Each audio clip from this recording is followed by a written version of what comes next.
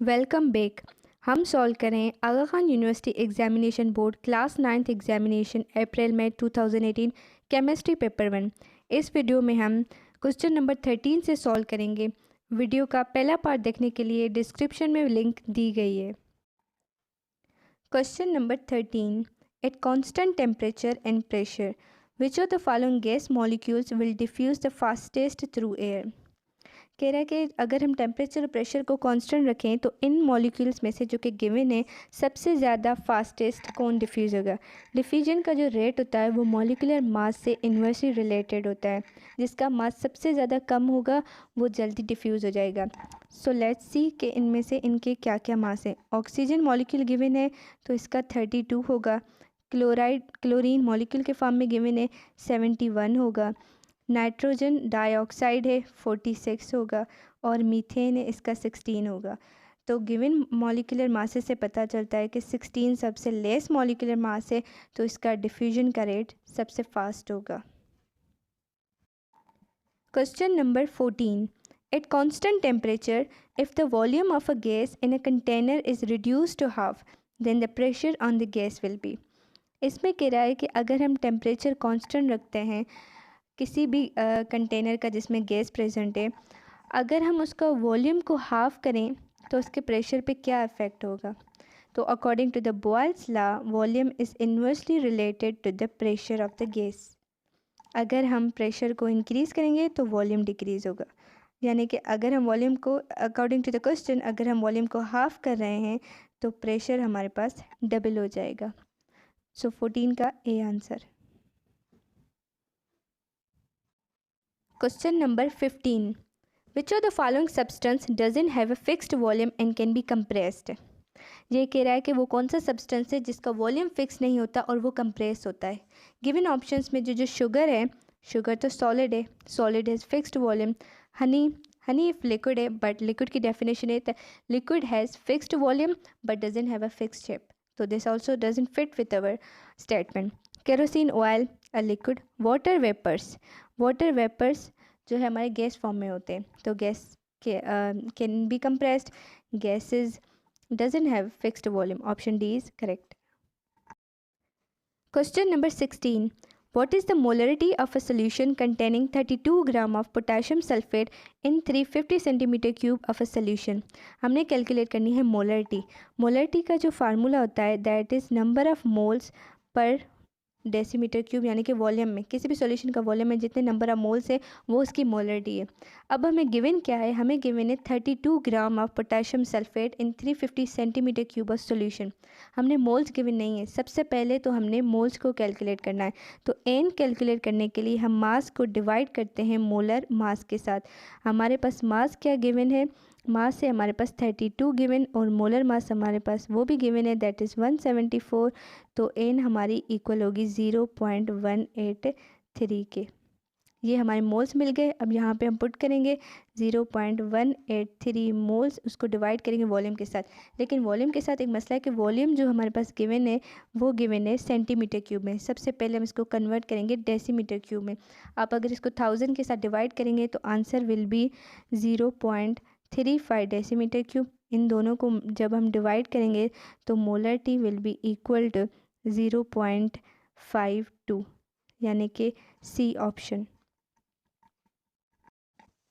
Question number 17. The given diagram shows an area covered in fog. Fog is a solution of, ये अपने याद रखते हैं कि fog is a solution of liquid in a gas, यानी कि option B.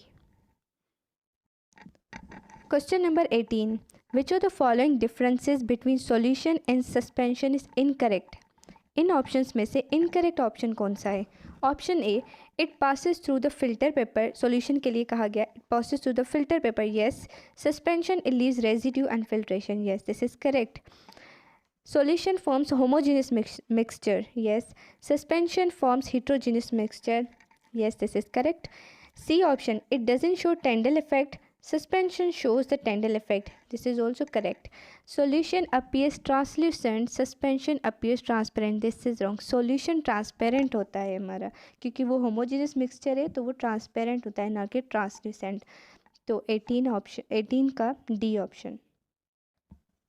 Question number 19. Which of the following correctly matches the redox reaction with its observation. In options में से कौन सा रिडॉक्स रिएक्शन अपनी ऑब्जर्वेशन के साथ मैच हो रहा है। इसमें आपने क्या करना है कि रिडॉक्स जो रिएक्शन गिवन है उन सब रिएक्टेंट्स और प्रोडक्ट्स को चेक करना है कि कौन सा रिएक्टेंट ऑक्सीडाइज हो रहा है, कौन सा रिएक्टेंट रिड्यूस हो रहा है।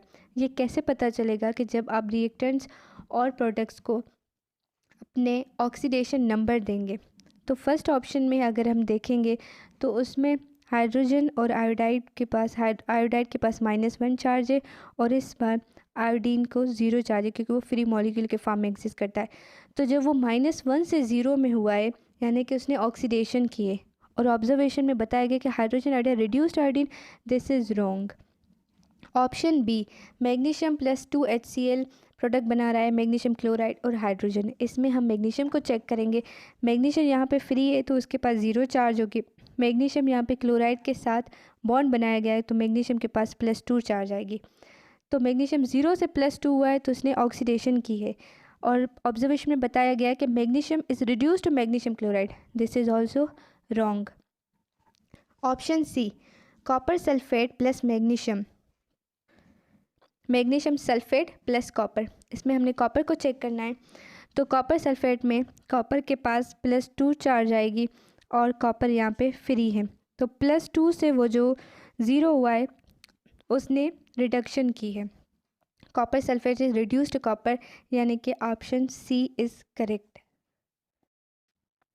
Question number 20, the gases produced during the electrolysis of fused sodium chloride in Downs cell is are chlorine, oxygen, hydrogen. अगर हम फ्यूज्ड सोडियम क्लोराइड की डाउन सेल में इलेक्ट्रोलाइसिस कराते हैं तो हमें प्रोडक्ट क्या मिलती है, कौन सी गैसेस मिलते हैं। Will write the equation NaCl। अगर हम NaCl की इलेक्ट्रोलाइसिस करते हैं तो हमारे पास जो आयंस बनेंगे वो सोडियम और क्लोराइड बनेंगे। क्योंकि हमने फ्यूज्ड सोडियम क्लोराइड लिया है तो सिर्फ सोडियम क्लोराइड ही लेंगे।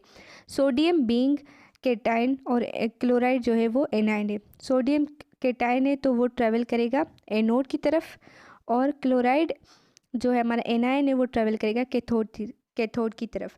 सोडियम तो एनोड के पास जाके न्यूट्रल हो जाएगा सोडियम मेटल के फॉर्म में। क्लोराइड जो है हमारा नेगेटिव चार्ज वो जाएगा, क्लोराइड जो है वो कैथोड पे जाके अपने इलेक्ट्रॉन्स लॉस करेगा और क्लोरीन गैस के फॉर्म में न्यूट्रल हो जाएगा। ये अपने इलेक्ट्रॉन्स 2 इलेक्ट्रॉन लॉस करेगा। तो गैस जो प्रोड्यूस हो रही है डाउन सेल में, this is only chlorine, one only option. Question number 21, which of the following is an example of electrolyte. Electrolyte हम किसको कहते हैं कि it is a substance which is capable of undergoing the electrolysis, यानी कि उसको हम जब हम करंट दें तो वो ब्रेक हो इनटू इट्स आयंस। वो कंपाउंड्स ब्रेक होते हैं, एक तो आयनिक हो, दूसरा या तो फिर वो पोलर कोवलेंट हो। अब benzene it is non polar इसलिए वो हमारा इलेक्ट्रोलाइट नहीं होगा। Distilled water, this is also not electrolyte. Carbon tetrachloride non polar, not an electrolyte. तो option sulphuric acid B is correct because sulphuric acid is polar covalent molecule, it undergoes electrolysis. Question number 22, metals are good conductors of electricity due to presence of. मेटल्स जो हैं वो electricity के good conductors हैं। वो किस लिए? क्योंकि उनके पास फ्रीली मूविंग इलेक्ट्रॉन्स होते हैं। नंबर ऑफ पॉजिटिव चार्जेस का कोई फ़र्क नहीं होता। एटम्स इन द रोज इसका कोई फ़र्क नहीं होता। इलेक्ट्रोस्टैटिक अट्रैक्शन का आयंस के साथ कोई फ़र्क नहीं होता। उनके पास फ्रीली मूविंग इलेक्ट्रॉन्स होते हैं, that's why they are good conductors. Question number 23, barium belongs to group 2A while chlorine belongs to group 7A of the modern periodic table. If barium reacts with chlorine then their product is। Barium group 2 का है, chlorine group 7 का है। अगर हम barium को chlorine के साथ react करेंगे तो प्रोडक्ट क्या बनेंगे? If barium belongs to group 2 and chlorine belongs to group 7 तो बेरियम की वैलेंसी +2 होगी और क्लोरीन क्योंकि 7 ग्रुप के साथ है तो उसकी वैलेंसी -1 होगी। यानी कि अगर हम बेरियम यहाँ पे रखें और यहाँ पे क्लोरीन रखें तो बेरियम की 2 क्लोरीन की 1, इसको हम करेंगे क्रॉस मल्टीप्लाई। जब हम क्रॉस मल्टीप्लाई करेंगे तो रिज़ल्ट हमें क्या मिलेगा? BA1 हो जाएगी और Cl के साथ जाके 2 मल्टीप्लाई होगा, BaCl2। Option B is correct. Question number 24, compare to a sodium metal in iron metal. हमने कंपेयर करना है सोडियम और आयरन मेटल को और बताना है कि आयरन मेटल क्या है। It is soft in appearance, no it is hard. Has low melting point, no iron is hard तो उसकी हाई मेल्टिंग पॉइंट होगी। It is an alkaline earth metal, no sodium is alkali और iron तो वो transition वाली family के साथ belong करता है। डी ऑप्शन है, it has strong metallic bond, yes iron has strong metallic bond, that is why it is hard, that is why it has high melting point. Question number 25. Sodium metal is always found in nature in the form of oxides or halides because sodium metal हमेशा nature में oxides और halides के form में क्यों exist करता है? Because sodium is highly electropositive, highly reactive होता है और फर्स्ट ग्रुप का है, अल्कली मेटल है, वो हमेशा इलेक्ट्रॉन अपना लॉस करता है, इलेक्ट्रोपॉजिटिव इन नेचर है। इस वीडियो में हमने इस पेपर के तमाम क्वेश्चंस को सॉल्व कर लिया है। Thank you so much for watching the video. Please subscribe to my channel. Till then, अल्लाह हाफिज़।